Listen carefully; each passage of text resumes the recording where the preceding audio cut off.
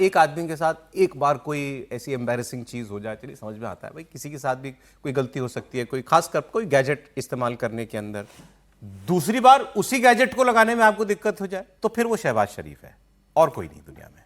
हुआ ये कि ये पुतिन साहब से बात करने के लिए ईयरपीस लगाते हैं ट्रांसलेटर, क्योंकि उसमें आपको बताता है क्या कह रहे हैं ये। अब ये उसमें पहले भी एक बार उलझ चुके हैं पुतिन के सामने ऐसे ही बैठक में, और इस बार कल फिर उलझ गए। अच्छा, पुतिन साहब भी वो भी अपनी हंसी रोक नहीं पाते, इस मौके पर वो भी हंस पड़े। फिर उन्होंने अपना ईयरपीस निकाल के दिखाया, ये ऐसे लगता है, ऐसे लगता है। तो ये, और पिछली बार वाला वीडियो भी दिखाऊंगा आपको, पहले इस बार वाला वीडियो देखिए।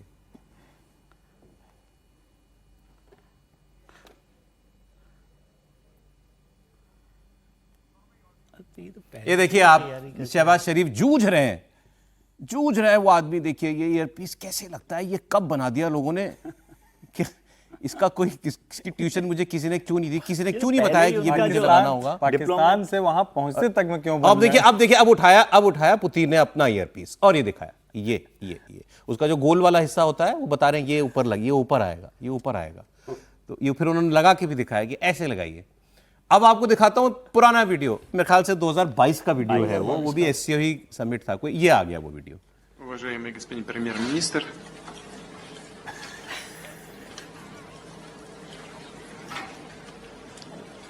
can somebody help me? कान की साइज नॉर्मल नहीं।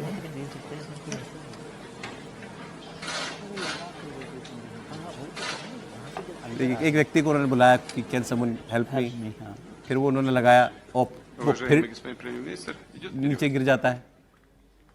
तो ये अब ये देखिए नहीं थोड़ा थोड़ा ये जो है ना, अगली बार ऐसा वो ना एक हो कि शेर है पुतिन- ना, वो एक शेर है कि वो क्या है ना कि सारी जिंदगी मुझे भूल करता रहा, धूल चेहरे पे थी, आईना साफ करता रहा। तो भैया यार दिक्कत ऐसे तो उनकी डिवाइस गलती में नहीं है। इस बार उन्होंने पिछली बार उन्होंने जो है लेफ्ट ईयर में लगाया था, उनको शायद इसमें नहीं लग पाएगा, भाई इस बार राइट में लगाया। भाई के कान में अलाइनमेंट का इशू है और कोई कान छोटे हैं सर उनके, इसलिए कम सुनाई आता है, कम समझ में आता है चीज़ों को लेके। अब इतना मतलब एक देश के प्रधानमंत्री हो आप, और आप मतलब इस तरीके से व्यवहार 2022 में आपने किया, तो जाके प्रैक्टिस कर लेते, आने के बाद थोड़ा प्रैक्टिस कर लेते किस तरीके से लगाया जाता है, साइज बराबर है नहीं है क्या है, इस तरीके से आप मतलब दुनिया के सामने एक अपनी के जो लोग उपस्थिति होंगे लगा रहे वहां हो। पर, उनको ये देखने की जरूरत है कि नहीं अच्छा, और प्राइम मिनिस्टर जा रहे हैं भाई, आप ठीक कह रहे हैं, पीछे इतने लोग होते हैं लोगों टीम होती है मतलब मदद करने के लिए। अच्छा वैसे हर आदमी ये यूज करता है क्या, क्योंकि तो ट्रांसलेटर्स बैठे होते हैं, बिल्कुल नहीं करता है, करते क्योंकि हैं। जब one on one ज्यादातर meeting- जैसे अब पुतिन है वो रशियन में बात करते हैं तो नहीं मैं समझ कह रहा हूँ आएगी। ट्रांसलेटर्स वो भी तो इसलिए पीछे रखते बैठे हैं, हैं। वो बता देते हैं, वो भी वन होता ऑन वन मीटिंग जब होती है ना, One on तो ये देते हैं ताकि उससे आपका गैप नहीं रहता। जब वो मतलब पूरी मीटिंग होती है, पूरे ग्रुप के साथ होती है कि एमए के लोग हैं, तब वो ट्रांसलेटर भी रहते हैं, वो अलग अलग बातों को में भी होते समझाते हैं हैं ट्रांसलेटर, हालांकि पर उसमें ये भी तो होते हैं क्योंकि नॉर्मली, मीडिया लेकिन के साथ है, तो कंफर्ट मीडिया जोन के साथ है इसलिए इस तरह नहीं, से कंफर्ट जोन के लिए ये होता है कि भाई आपको भी सीधे सीधे से सुनाई आ जाए बात को। तो ये मतलब, लेकिन आसिम मुनीर की फिर कैसे बात समझ जाते हैं, सुन वो लेते भी हैं सारी, उनको भी उनकी सारी ट्रांसलेट फिर- होता है। आसिम मुनीर नहीं मैं कह रहा हूँ आसिम मुनीर की बात आपने कहा ना कि कम सुनाई देता है, आसिम मुनीर की तो सारी सुनाई देती है इनको। देखिए उन्हें पता है कि डिसीजन तो आसिम मुनीर को ही लेना है, मतलब सारा वो जो आसिम कहेंगे वो मुनीर नहीं को कहेंगे, तो तब भी सुनना उनकी नजरों से नहीं, समझ लेकिन जाएंगे यही आसिम कहना मुनीर क्या कहना चाहते हैं। आसिम मुनीर तो इस समय सर्वोच्च शक्तिमान है पाकिस्तान के, और जिस तरीके से चीन में उनके साथ व्यवहार हो रहा है, ये बता रहे हैं कि आप देखिए उनको ज्यादा सम्मान मिल रहा पाकिस्तान है बड़ी प्रधानमंत्री मुश्किल की में तुलना है कि वो ईरान के साथ क्या रिलेशन रखे, वो अमेरिका के साथ क्या रिलेशन रखे, और चीन के साथ फंसे हुए दिख रहे वो हैं बड़ी मुश्किल स्थिति में। वैसे मैं एक बात बताऊंगा, और सीरियस नोट, इस वक्त अमेरिका से अच्छे रिश्ते, रशिया से ठीक रिश्ते, चाइना से हैं ही, तो दुनिया तो कह रही है किसी तरीके से फॉरेन पॉलिसी सीख गया पाकिस्तान। जाएगा कहाँ, ये भी तो है। चीन अमेरिका को मतलब सहन कर लेगा, या अमेरिका चीन को कर लेगा, या ईरान जो है अमेरिका को सहन कर लेगा। आपको एक इंटरेस्टिंग खबर अब डोनाल्ड ट्रंप की बताता हूं, फिर हम भारत की बात करेंगे। डोनाल्ड ट्रंप एक हफ्ते तक लगभग आए नहीं मीडिया के सामने, तो अब जब वो कल आज आए तो उनसे एक रिपोर्टर ने सवाल किया कि इस बीच आपको पता चला कि नहीं पता चला कि आप मर चुके हैं, यू आर डेड। तो उन्होंने कहा कि हाँ मुझे पता चला कि मेरे पीछे से ऐसी बहुत सारी बातें हो रही थी, लेकिन फिर उन्होंने बताया मैं तो इस मीटिंग में भी जा रहा था, उस मीटिंग में भी जा रहा था।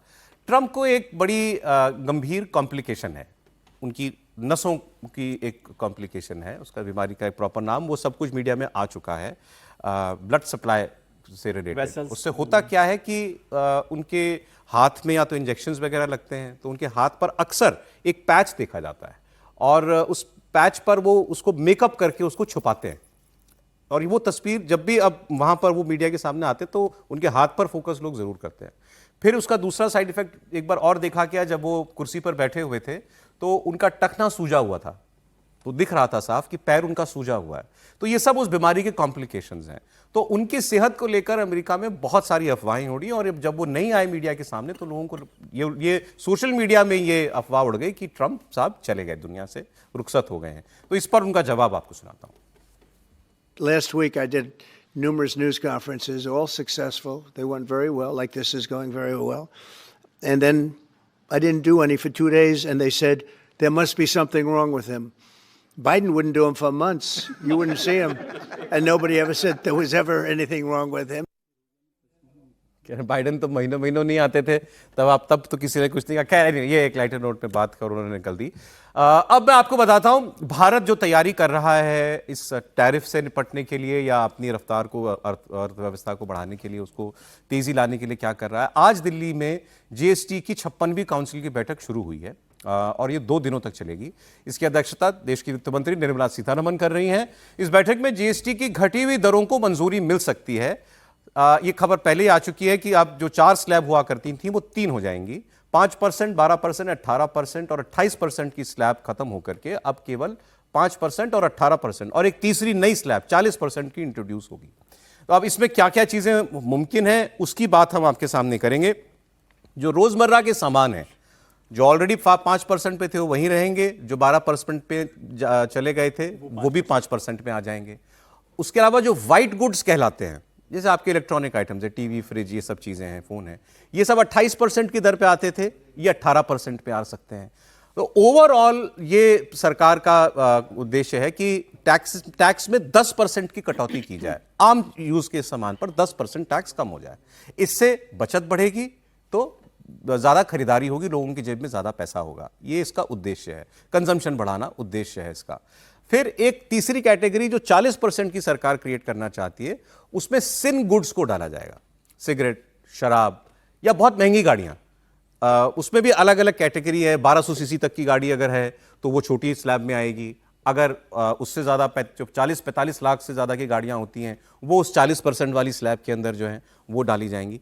तो ये इस जीएसटी की काउंसिल की मीटिंग का उद्देश्य है और ये 2 दिन जो हैं ये बहुत महत्वपूर्ण रहने वाले हैं।